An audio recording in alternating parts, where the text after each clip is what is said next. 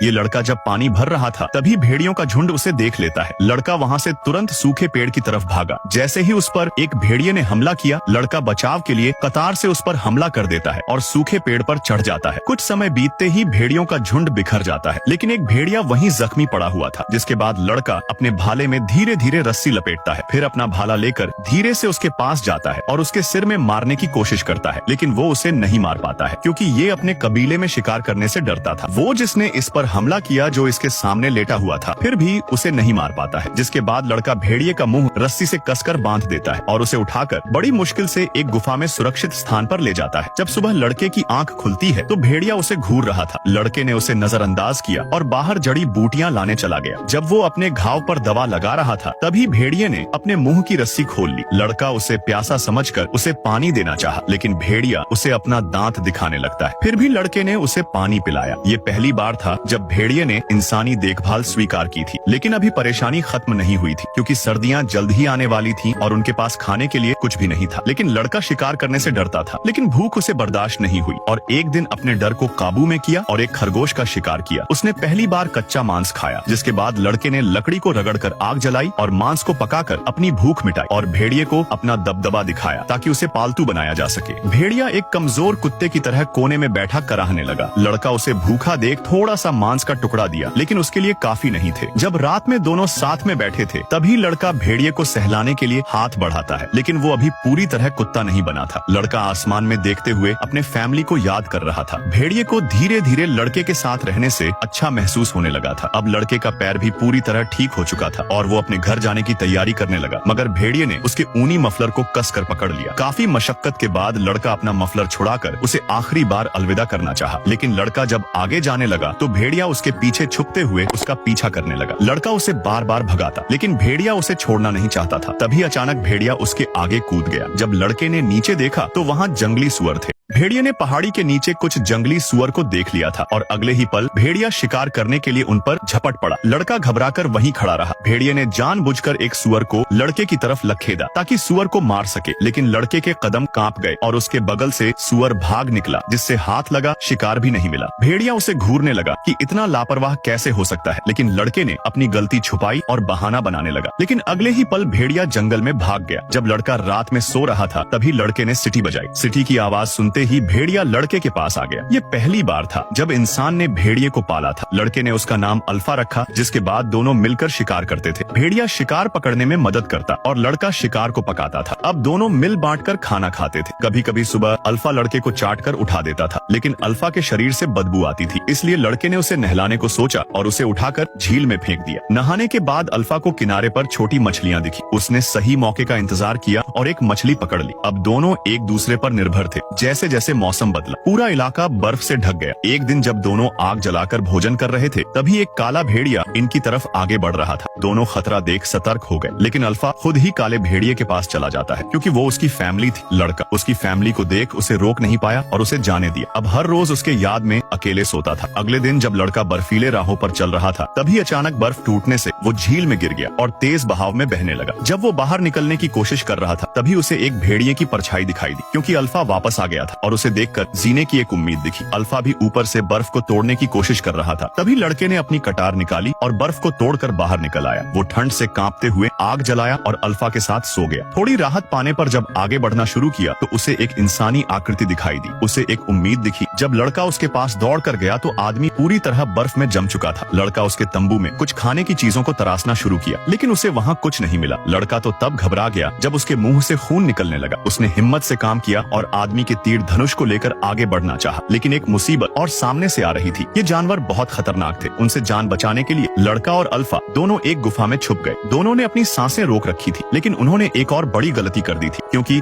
उन्होंने एक खूंखार जानवर को जगा दिया था। उसने लड़के पर हमला करने के लिए जैसे ही छलांग लगाया तभी अल्फा उसे रोकने के लिए साइबर शिकारी से भीड़ गया। भले ही भेड़िया उसके सामने टिक नहीं पा रहा था, फिर भी अल्फा उसे बार बार रोकने की कोशिश कर रहा था। तभी लड़के ने अपनी तीर कमान संभाली और साइबर शिकारी पर चला दी। जब वो मर गया तो लड़के ने अल्फा को पुकारा, लेकिन वो लड़ाई के दौरान बेहोश हो गया था। लड़के ने उसके घाव को साफ किया और एक दिन आराम करने के बाद लड़का और अल्फा दोनों ने सफर को जारी रखा, लेकिन अल्फा ज्यादा देर तक टिक नहीं पाया और कुछ ही देर में नीचे गिर गया। लड़के के पास भेड़िए के इलाज का कोई तरकीब नहीं था, जिसके बाद लड़के ने उसे अपने बाहों में उठाया और सफर जारी रखा। लेकिन अभी वो कुछ दूरी चला ही था, तभी वो भी नीचे गिर पड़ा। जब लड़का बेहोश था तब उसने बेहोशी में अपने माता पिता को देखा जो उसका इंतजार कर रहे थे। इस सपने से लड़के के अंदर हिम्मत जुटी और वो अचानक जाग गया, जिसके बाद भेड़िए को अपने बाहों में लेकर सफर जारी रखा। लेकिन जरा से चलते ही उसकी हिम्मत हार जाती थी, लेकिन उसने हार नहीं मानी और एक पड़ाव के बाद आखिरकार उसने अपने कबीले वालों को खोज लिया। लेकिन कमजोरी के कारण लड़का गिर पड़ा। पिता ने भावुक होकर उसके गाल छुए। उसकी माँ उसे देख तुरंत रोने लगी। सब लोग हैरान थे। जिसको मरा समझकर सभी लोग उसे छोड़ आए थे, जो बहुत दिनों बाद आज वो जिंदा वापस लौट आया था। लड़के ने इशारों में अपने पिता से भेड़िए को बचाने की गुहार लगाई, जिसके बाद लड़के के साथ अल्फा का भी इलाज किया जाता है। बिना भेड़िए के सहयोग से शायद लड़का कभी अपने घर नहीं लौट पाता। लड़के ने पहली नजर उसे देखा, तभी चिकित्सक उसके पेट को छूकर कुछ महसूस करने लगी। कुछ देर बाद अल्फा भेड़िया ने कई बच्चे को जन्म दिया। लड़के ने उसे सहलाया और उसे आभार जताया कि उसने गर्भवती होते हुए भी उसने टाइगर से लड़ाई की और उसकी जान बचाई। कुछ दिन बीतते ही बच्चे बड़े हो जाते हैं। समय के साथ इन भेड़ियों में एक अलग अलग क्षमताएं विकसित हुई। ये सभी कबीले में पले पड़े और सालों बाद इनका कबीला सबसे ताकतवर हो जाता है, क्योंकि इनके साथ एक साथी होता था। वैसे आपको ये मूवी कैसी लगी?